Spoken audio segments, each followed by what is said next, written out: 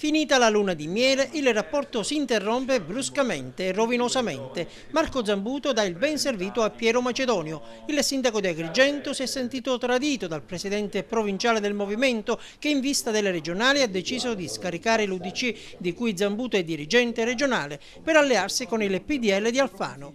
E così oggi a Macedonio è stato revocato l'incarico di assessore comunale di Palazzo dei Giganti. Solamente 3 mesi fa abbiamo fatto una campagna elettorale in città. Abbiamo fatto una campagna elettorale in città alternativi al PDL e ad Alfano.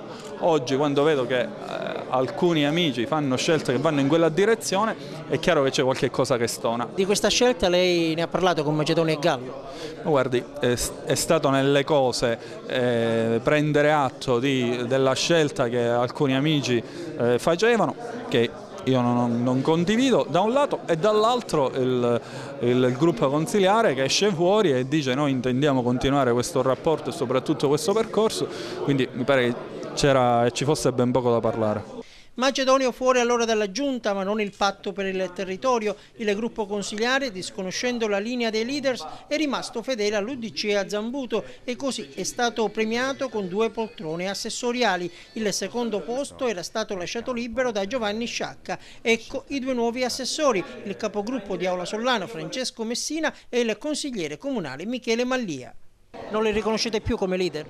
Macedonio e Gallo rimangono amici, ma le scelte che loro hanno operato, quantomeno hanno previsto di operare, una volta che non le hanno, diciamo così, concordate, o quantomeno come vorrei dire, appunto con il gruppo, noi ce ne rammarichiamo e le conseguenze sono queste. C'è un rafforzamento che è un ragionamento politico che si è fatto con il sindaco Zambuto e in visione di quelli che sono stati i risultati elettorali noi con coerenza e lealtà siamo rimasti al fianco di Marco. Resterà capogruppo?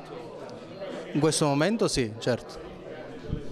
E il patto per il territorio nei prossimi giorni potrebbe rafforzare le fila. Gerlando Gibilaro, attuale capogruppo di Grande Sud, resta in stand-by, ma potrebbe fare il suo ingresso nei prossimi giorni prima nel movimento e poi nella giunta Zambuto.